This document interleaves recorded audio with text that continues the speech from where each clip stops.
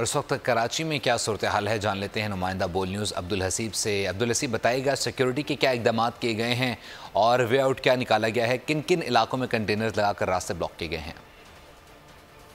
जी बिल्कुल, यौम शहादत हज़रत अली करमुल्लाह वजहो का मरकज़ी जुलूस जो है वो आज कराची में अपने रवायती रस्मों पर निकाला जाएगा। इस वक्त नेशनल पार्क के अंदर मरकज़ी मजलिस जो है वो जारी है, जिससे अल्लामा रेहान हैदर रिजवी जो है वो मरकज़ी मजलिस जो है वो खिताब कर रहे हैं।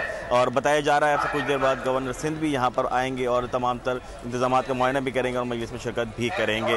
मरकज़ी मजलिस के अख्ताम के बाद बताया जा रहा है तकरीबन 1 बजे के लगभग मरकज़ी मजलिस ख़त्म होने के बाद जो है वो मरकज़ी जुलूस जो है बरामद होगा और शाह खुरासान से होता हुआ नवाज चौरंगी पहुंचेगा और यहाँ से एम जना रोड से होते हुए अपनी रवायती रास्तों पर आगे बढ़ेगा।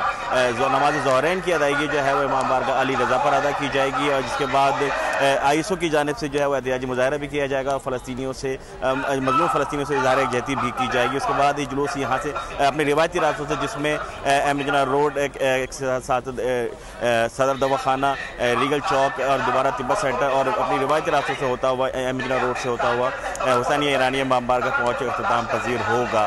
तो इस वक्त जो है वो शहरों की एक बहुत बड़ी तादाद है जो कि मरकज़ी मजलिस में शिरकत के लिए जो है वो नेशनल पार्क पहुँच रही है। जी बहुत शुक्रिया सिर्फ अपडेट करने के लिए। सब्सक्राइब करें और बेल दबाएं ताकि कोई खबर रह न जाए।